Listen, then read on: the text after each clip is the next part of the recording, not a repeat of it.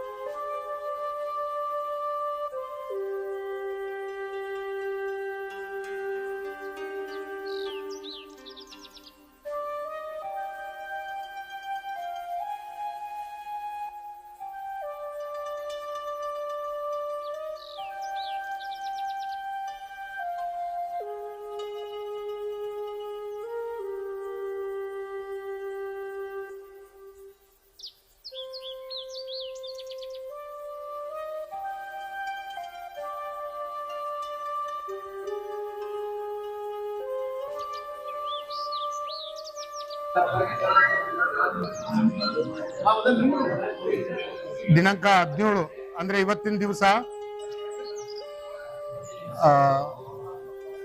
The Kerala story 2 ಎನ್ನುವ ಚಿತ್ರವನ್ನ ನಾವು ABP ಅವರು ಬಂದು ನನಗೆ ಅಣ್ಣ ಈ ಸಿನಿಮಾನ ವಿದ್ಯಾರ್ಥಿನಿಯರಿಗೆ ತೋರಿಸುವ ಅವಶ್ಯಕತೆ ಇದೆ, ತಾವು ಒಂದ್ಸಲ ಈ ಸಿನಿಮಾ ನೋಡ್ರಿ, ಜೊತೆಗೆ ನಮ್ಮ ಜೊತೆಗೆ ಸಹಕಾರ ಮಾಡಿ ಒಂದು ಶೋನ ನೀವು ಫ್ರೀ ಆಗಿ ಸ್ಪಾನ್ಸರ್ ಮಾಡಬೇಕು ಅಂತ ನನಗೆ ಕೇಳಿದ್ರು.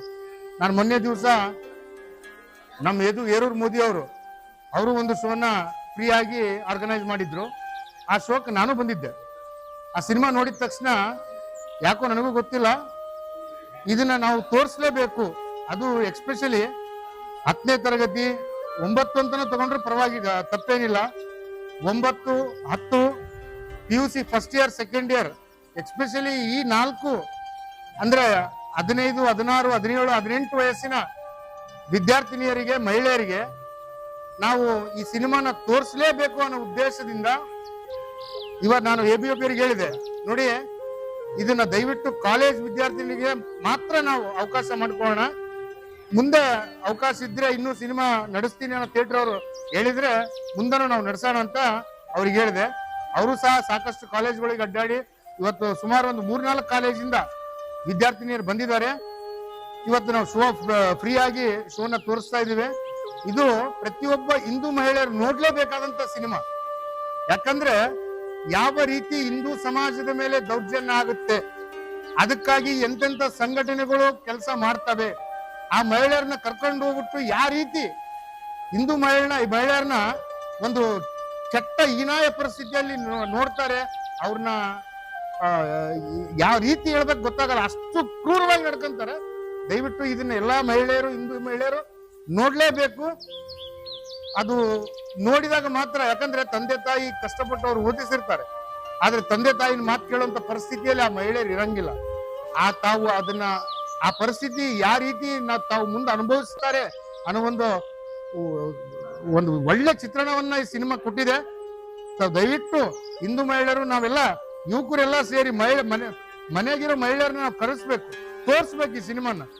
ದಯವಿಟ್ಟು ಈ ಒಂದು ಕೆಲಸ ಮಾಡ್ರಿ ಅಂತ ತಮ್ಮೆಲ್ಲರಿಗೆ ಕೈ ಮುಗಿದು ಕೇಳ್ಕೊಳ್ತಾ ಇದ್ದೀನಿ.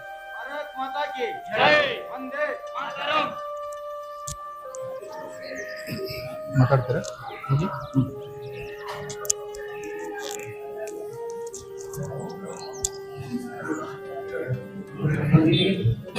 जय श्री राम, जय श्री राम, भारत माता की, भारत माता की, वंदे वंदे, सनातन हिंदू धर्म के, सनातन हिंदू धर्म के, राम लक्ष्मण जानकी. ಗಂಗಾವತಿ ನಗರದ ಚಂದ್ರಾಸ್ ಚಿತ್ರಮಂದಿರದಲ್ಲಿ ಕೇರಳ ಸ್ಟೋರಿ 2 ಸಿನಿಮಾವನ್ನು ವೀಕ್ಷಿಸಲು ಅನುವು ಮಾಡಿಕೊಟ್ಟ ನಮ್ಮ ಗಂಗಾವತಿ ನಗರ ಘಟಕದ ಜನಪ್ರಿಯ ಅಧ್ಯಕ್ಷರಾದ ಚಂದ್ರು ಹಿರಿಯೂರು ಅಣ್ಣವರೇ, ಆಮೇಲೆ ನಮ್ಮ ABPಯ ಅಭಿಷೇಕ್ ಅವರೇ, ಆಮೇಲೆ ನಮ್ಮ ಗಂಗಾವತಿಯ ಯುವ ಮೋರ್ಚಾ ಅಧ್ಯಕ್ಷರಾದ ರಮೇಶ್ ಹೊಸಮನಿ ಅವರೇ, ಹಾಗೂ ನಮ್ಮ ಎಲ್ಲ ಹಿಂದೂ ಮುಖಂಡರೇ, ಈ ಕೇರಳ ಸ್ಟೋರಿ ಸಿನಿಮಾ ಗಂಗಾವತಿ ತಾಲೂಕಿನ ಗಂಗಾವತಿ ನಗರದ ಎಲ್ಲ ಕಾಲೇಜಿನ ವಿದ್ಯಾರ್ಥಿನಿಯರು ನೋಡ್ಬೇಕಂತೇಳಿ ಅಪೇಕ್ಷೆ ಪಟ್ಟಿದ್ರು. ಅದನ್ನು ನಮ್ಮ ಚಂದ್ರು ಹಿರಿಯೂರು ಅಣ್ಣವರು ಉಚಿತವಾಗಿ ವೀಕ್ಷಿಸಲು ಅನುವು ಮಾಡಿಕೊಟ್ಟಿದ್ದಾರೆ. ಈ ನಮ್ಮ ಹಿಂದೂ ಹೆಣ್ಣುಮಕ್ಕಳು ಸುರಕ್ಷಿತವಾಗಿ ಇರಲು ಈ ಸಿನಿಮಾವನ್ನು ನೋಡ್ಬೇಕು. ಯಾಕಂದ್ರೆ ಈ ಸಿನಿಮಾ ನೋಡ್ರೆ ಕಣ್ಣಾಗ ರಕ್ತ ಬರ್ತೈತೆ. ಯಾಕಂದ್ರೆ ನಾವೆಲ್ಲ ತಂದೆ ತಾಯಿ ಹಿಂದೂಗಳು ನಮ್ಮ ಮಕ್ಕಳನ್ನು ಓದಿಸಿರ್ತೀವಿ, ಆದ್ರೆ ಲವ್ ಜಿಹಾದಿ ಬಲಿ ಆದಾಗ ಆ ಹುಡುಗಿ ಬಹಳ ಕ್ರೂರವಾಗಿ ಹಿಂಸೆ ಮಾಡ್ತಾರ. ಆಮೇಲೆ ಇಲ್ಲಿಂದ ಲವ್ ಜಿಹಾದಿ ಬಳಸ್ಕೊಂಡು ಮತ್ತೆ ಅಫ್ಘಾನಿಸ್ತಾನ, ಪಾಕಿಸ್ತಾನ ಮತ್ತೆ ಬೇರೆ ಟರ್ಕಿಗೆ ಮಾರಾಟ ಮಾಡ್ತಾರ. ದಯವಿಟ್ಟು ಹಿಂದೂ ಹೆಣ್ಮಕ್ಳು ಯಾವುದೇ ಕಾರಣಕ್ಕೂ ಲವ್ ಜಿಹಾದಿಗೆ ಬಲಿ ಆಗ್ಬೇಡ್ರಿ. ಆಮೇಲೆ ಗಂಗಾವತಿ ತಾಲೂಕಿನ ಎಲ್ಲಾರ ಲವ್ ಜಿಹಾದ್ ಮಾಡಕ್ ಹಚ್ಚೇನಂದ್ರ ನನ್ನ ಮಗನ ಕೈ ಕಾಲು ಇಷ್ಟೇ ಮಾಡ್ಬೇಕು. ಆಮೇಲೆ ಪ್ರತಿಯೊಂದು ಹಿಂದೂ ಹುಡುಗರು ಶಿವಾಜಿ ಮಹಾರಾಜ ಆಗ್ಬೇಕು, ಮಹಾರಾಣಾ ಪ್ರತಾಪ ಆಗ್ಬೇಕು, ಗಂಡುಗಲಿ ಕುಮಾರರಾಮ್ ಆಗ್ಬೇಕು, ಶ್ರೀಕೃಷ್ಣ ದೇವರಾಯ ಆಗ್ಬೇಕು. ಯಾಕಂದ್ರೆ ಯಾರಿಗೂ ಹೆದರಿಕೆ ಅನ್ಬಾರ್ದು. ಯಾಕಂದ್ರೆ ಯೋಗಿ ಆಡಳಿತ ಬರ್ತ ಮುಂದ, ಯೋಗಿ ಇರೋದು ಮೋದಿ ಯೋಗಿ ಆಡಳಿತ. ನಮ್ಮ ನಮ್ಮ ದೇಶದಲ್ಲಿ ಏನಾಗುತ್ತೆ, ಲವ್ ಜಿಹಾದಿಗೆ 76,000 ಹಿಂದೂ ಹುಡುಗಿಯರ ಬಲಿ ಆಗಿದ್ದಾರೆ. ಯಾಕಂದ್ರೆ ಎಲ್ಲರೂ ಶ್ರೀಮಂತರ ಹುಡುಗಿಯರ. ಆಮೇಲೆ ಇದ್ರಲ್ಲಿ ಏನ್ ಮಾಡ್ತಾರೆ, ಹಿಂದೂ ಹುಡುಗಿಯರು ಲವ್ ಮಾಡಿದ್ರೆ 3 ಲಕ್ಷ 5 ಲಕ್ಷ ಕೊಡ್ತಾನ ಅಂತ ಹೇಳ್ತಾರ. ಈ ಸಿನಿಮಾದಾಗ ತೋರಿಸ್ತಾರ, ಒಬ್ಬೊಬ್ಬ 3 ಮದುವೆ ಆಗ್ತಾರ. ಅದು ಯಾರೋ ನಮ್ಮ ಹಿಂದೂ ಹುಡುಗಿಯರನ್ನ. ಆದ್ರೆ ನಮ್ ಧರ್ಮ ಹೆಂಗೈತ್ ನೋಡಿ, ನಮ್ಮ ಇಡೀ ಪ್ರಪಂಚದಲ್ಲಿ 56 ಮುಸಲ್ಮಾನರ ರಾಷ್ಟ್ರ ಅದಾವ, ಆದ್ರೆ 57 ಕ್ರಿಶ್ಚಿಯನ್ಸ್ ರಾಷ್ಟ್ರ ಅದಾರ. ನಮ್ಮ ಒಂದು ಹಿಂದೂ ರಾಷ್ಟ್ರ ಮಾಡ್ಕೊಳಕ್ ಆಗ್ತಾ ಇಲ್ಲ. ನಮ್ದು ಆ ಪರಿಸ್ಥಿತಿ ಆಗ್ಬಿಡುತ್ತೆ. 74 ವರ್ಷದಿಂದ ಇದೇ ಪರಿಸ್ಥಿತಿ ಐತೆ. ಎಲ್ಲರೂ ಹಿಂದೂ ರಾಷ್ಟ್ರ ಮಾಡ್ಬೇಕು, ಎಲ್ಲರೂ ಹಿಂದೂಗಳು, ನಾವೆಲ್ಲ ಒಂದಾಗ್ಬೇಕು. ಯಾರು ಜಾತಿ ಮಾಡ್ಬಾರ್ದು. ನಾವು ಕುರುಬರು, ರೆಡ್ಡಿಯರು, ಹರಿಜನರು, ಮರಾಠಿ ಅಂತ ಭಾವನೆ ಬರಬಾರ್ದು. ಎಲ್ಲರೂ ನಾವೆಲ್ಲ ಹಿಂದೂ, ನಾವೆಲ್ಲ ಒಂದು ಎಂಬ ಭಾವನೆ ಮೂಡಬೇಕು ಹೇಳಿ ಎಲ್ಲರಿಗೂ ಜೈ ಶ್ರೀರಾಮ್.